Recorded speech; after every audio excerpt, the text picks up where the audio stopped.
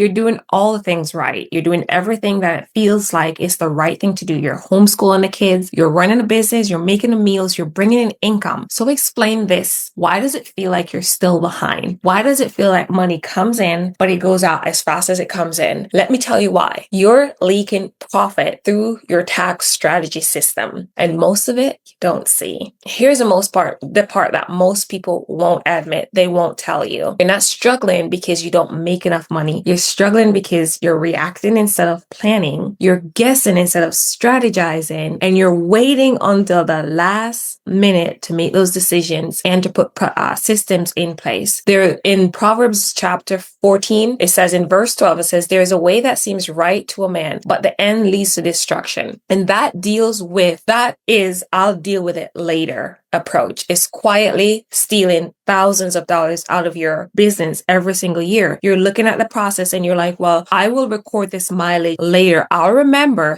I can't remember what I had for breakfast yesterday. And I have a pretty good memory. At least that's what I think. So how many times are you pushing things off to the end, thinking I'll capture it later. And then year end comes and you're looking at all these things and you're like, yeah, I should have gotten some kind of write-off for this, but you don't have enough to capitalize to put back and to show the profits that you business actually generated because you didn't capitalize that. So mistake number one is you're waiting until tax season. You already know that this is a problem, but you keep doing it. And by the time you file your tax return, your options are gone. I've talked about that with several of my clients who are new coming in. And we mentioned this, like you need to do this, this, and this before December 31st. And they completely avoid it. And we go in details in that in our Profit and Presence blueprint. I'll leave the link for that free training in the description. But look with me at Joseph, for example. God told Joseph that I am going to send 7 years of famine and 7 years of prosperity, 7 years of lack and 7 years of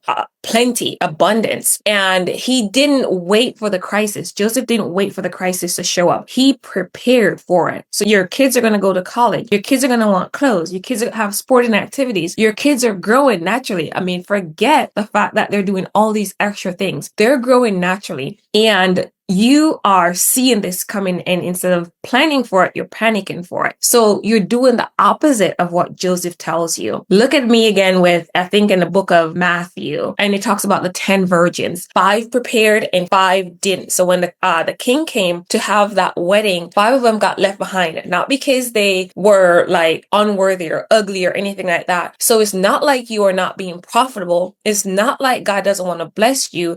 It's just that you're falling into the same trap over and over and over again. And so I am trying to help you point that word. Now stick with me. And mistake number 2 is your financial confusion. So if your money is mixed, okay, unclear and unorganized, you don't have visibility, okay? And without visibility, you can't make strategic decisions. So if you have big decisions to make for your business and your visibility is as clear as mud, right? Your finances reflect confusion, not control. You want to have clear visibility. Number 3 is inconsistent tracking. So you're trying to reconstruct your year from memory, right? And that's not strategy. That's damage control. We look about this in the Proverbs 31 woman. We all aspire to be the Proverbs 31 woman, but she actively watches over what she manages. Your business is part of what you manage. Your household as a homeschooling mom and business is part of what God has ordained you to do for this season of your life. That's why he made you different. So you're losing deductions simply because you're not paying attention in real time. Okay. Number 4 is you have the wrong business structure. If you haven't evaluated your structure, you're likely overpaying every single year in taxes. Think about Moses. Without structure, he was overwhelmed and inefficient. And now Moses was the guy that just like stood and like harder and like, God, if you're going to bring these people up out of Egypt, so the Egyptians are going to think that you just brought them up to kill them,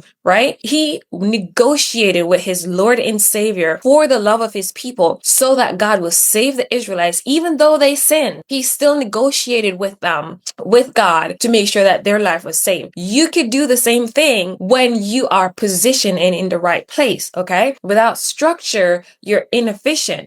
Think again when Moses came up and he was judging all the people and Jethro was like, dude, you're doing too much. You're overworking. It's not like Moses had the wrong heart. He just had the wrong structure. So he had to put people in place in tens, people in charge of tens and 50s and 20s according to their capacity. Now, some of us have 2, some of us have 10, some of us have 1. That's our capacity that God has blessed us with those kids. And it's our job to make sure we put structure in place. That's how it works when it comes to our household, but it also works when it comes to our finances. Okay. So without structure, he was overwhelmed and inefficient. The same applies for our finances. No structure equals unnecessary loss. Mistake number 5 is no tax plan. Every year you wait, you calculate, then you react.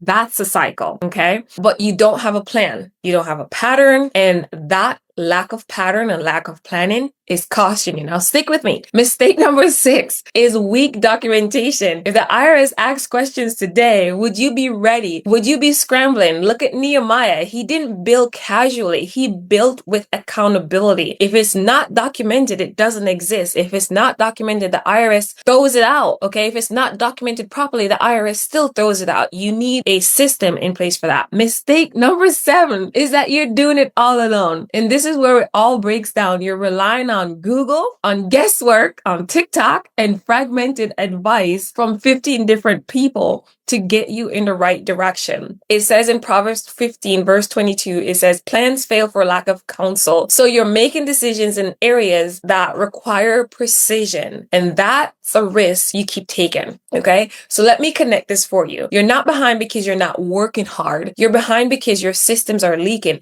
Every missed deduction, every delayed reaction, every delayed action, every delayed decision, every lack of structure that you keep having in your business every single year, it compounds. And we know that compounding interest, he who knows compounding interest benefits from it, and he who doesn't pays it. Okay. So you're paying it in the form of extra taxes in your business and lack of being present with your kids, and it's compounding. And over time, it creates the exact situation you're in right now. Working more, keeping less, and feeling stuck. But here's the truth. You don't need more income. You need better structure, clear systems, and intentional tax strategy, because profit isn't random, it's designed, okay? So if you're ready to stop overpaying, feeling disorganized, living in financial guesswork, then it's time to do it differently. You keep doing the same thing, it's called insanity. And this is the exact reason why I want to we walk through this inside the Profit and Presence Blueprint. We give you step-by-step direction of how to make that work, how to get your systems in place that benefits your family and your business and profit, and still be present with your kids as they grow